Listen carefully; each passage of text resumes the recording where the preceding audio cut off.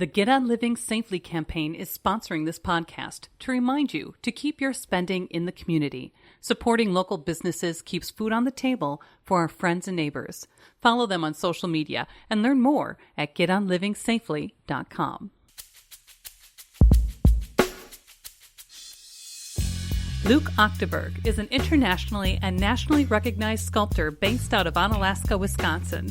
Luke shares his beginnings, projects that set him on his path, and what it feels like to be recognized in the sculpting community. You can find more conversations on our website, lacrosselocal.com. I'm Amy. And I'm Brent. And this is Lacrosse Local. My name is Luke Achterberg. I was born in Oshkosh, Wisconsin, and being led to sculpture was a long and twisted road. I think what really brought me to sculpture was the excitement level that I experienced. I came over to UW La Crosse thinking that I was going to be in art therapy, but I took a lot of sculpture classes in high school and really enjoyed them. Got to use torches in high school to cast silver and pewter and different types of things, as well as making ceramic sculptures and wire sculptures and soldering. But I think the fire thing really came from my grandfather, who I actually still have his welding hood on my wall. He was a welder, certified welder for the Hornischweiger Corporation in Milwaukee.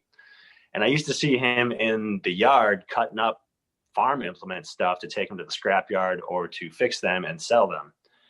And I thought, man, he gets to play with a torch all day. That looks like fun. So that was kind of the impetus, the beginning leading me to sculpture. It took, like I said, I've always been big into drawing and big into making things. So I came over to UW La Crosse. I took a few art classes as a little side relief from biology and found myself focusing more on the art classes. And ever since then, I've been focusing on art. So what is the process when creating a new work? You know, you talked about drawing. I mean, do you work in clay to build it? I'm sure you build smaller models. Like, what is the process from start to finish? The process now is a little more inconsistent. You know, the process in the beginning was find some inspiration and then create a drawing, create a model, create a plan, and then execute the work. Now it's more, there's not a straight line so much anymore. I'll be working on something and then all of a sudden I'll just get an idea and I'll literally just sketch it out on my steel table with a piece of soapstone, which soapstone erases immediately if you wipe it. One of my favorite quotes from Chuck Close was, you know, amateurs look for inspiration, artists just get in the studio and get to work. So for me, I get inspiration from a lot of different places, but for me, I'm in the studio, I'm doing work, and then I deviate from ideas. But I still make a ton of drawings. I got my drafting board over there. I'll get an idea. Usually what'll happen is I'll draw it on my steel table. And if I feel that it's worthy, I'll transfer it to paper. And if I feel like it's even more worthy, then I'll go ahead and transfer it into 3 dimensions, which are small models, usually a foot or less.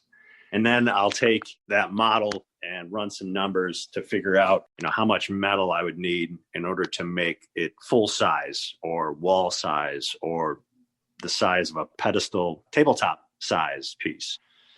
There is congruency. Sometimes there's not. Sometimes I'll go off on tangents. Sometimes I'll finish something or sometimes I'll get halfway through something and then set it off to the side because my idea has changed or evolved.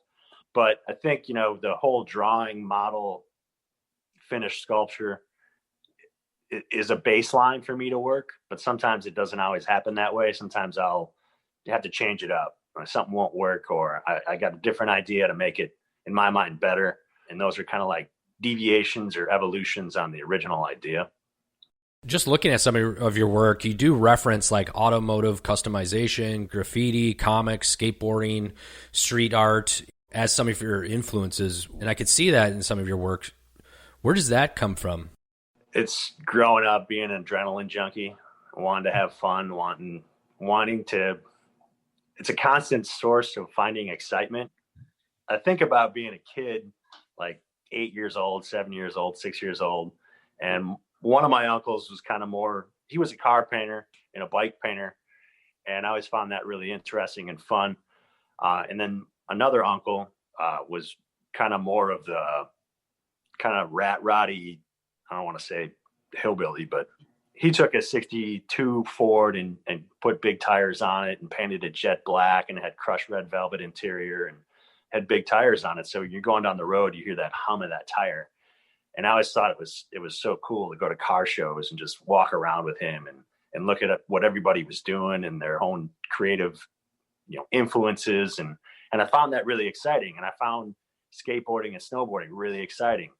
And so all of that stuff kind of feeds into, I want to do what excites me and I want to do what's fun, and reading comic books and that creative outlet of imagination, as well as those aforementioned, graffiti and skateboarding, snowboarding, and going to car shows and automotive culture. I find all that stuff really exciting and I find it fun. And I feel like that's what I want to make. I want to make things like that. Your work has been also recognized internationally and nationally. Can you tell us about those projects and, what does it feel like to be recognized? Yeah.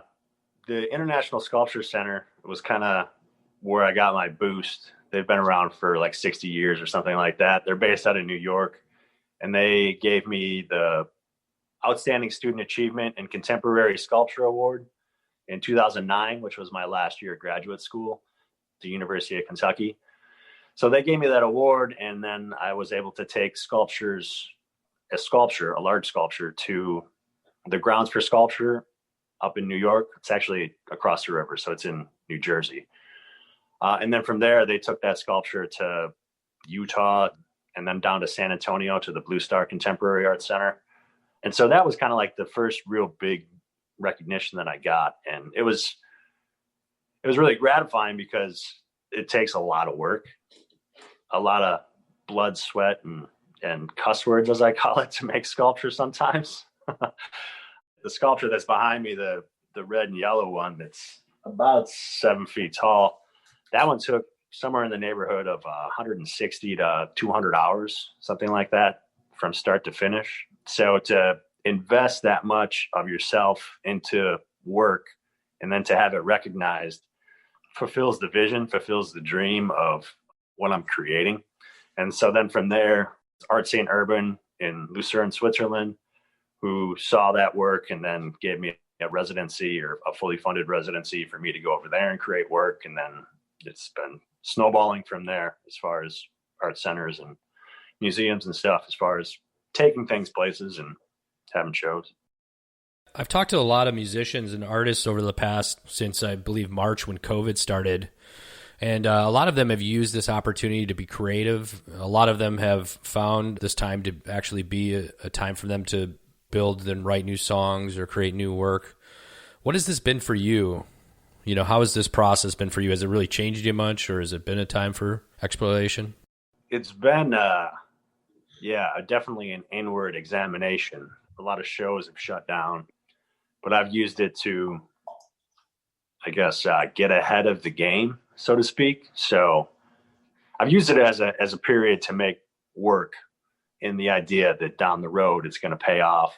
So really, it's been interesting in the fact that I haven't been able to get out and, meet and greet and shake hands and hang out. And so I missed that aspect of it.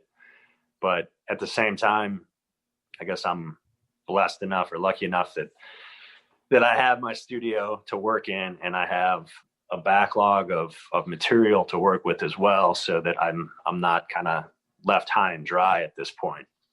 So what's next for you? Where are you headed? In May, barring what happens with COVID, I guess, supposed to have a 2-person exhibition up at Artistry, which is the art center in Bloomington, a suburb of Minneapolis. That is scheduled for May and June of next year, to have a 2-person exhibition up there with sculptures. And then I've been talking with my gallery as well in Columbus, Ohio, the Sherry Gallery, and she is talking about potentially piggybacking off of that to have a solo exhibition down there again with her. And then as well, I mean, I'm moving sculptures all over the place all the time to different public art exhibitions. So I'll probably be moving stuff around again next summer. I've got about 10 sculptures loaned out to different cities and municipalities at this point. Nice. If people want to find out more about you, follow along, maybe check out that show that's happening in May, where's the best avenue for them to follow along with you? I think Instagram. For a visual artist, I think Instagram is about the best social media outlet at this point, even though that's starting to gain a little bit of noise. At Luke Achterberg, which is LukeAchterberg.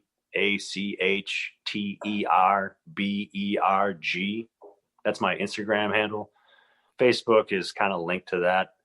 So you can find me on Facebook as well. And then I have a website, which is www.lukeachterberg.com. Lacrosse Local Podcast is a production of River Travel Media. Do you have an interview idea you would like to share with us? Message us on Facebook at Lacrosse Locals. Subscribe to the Lacrosse Local Podcast on your favorite podcast app. If you like us, rate us 5 stars. We thank you for it.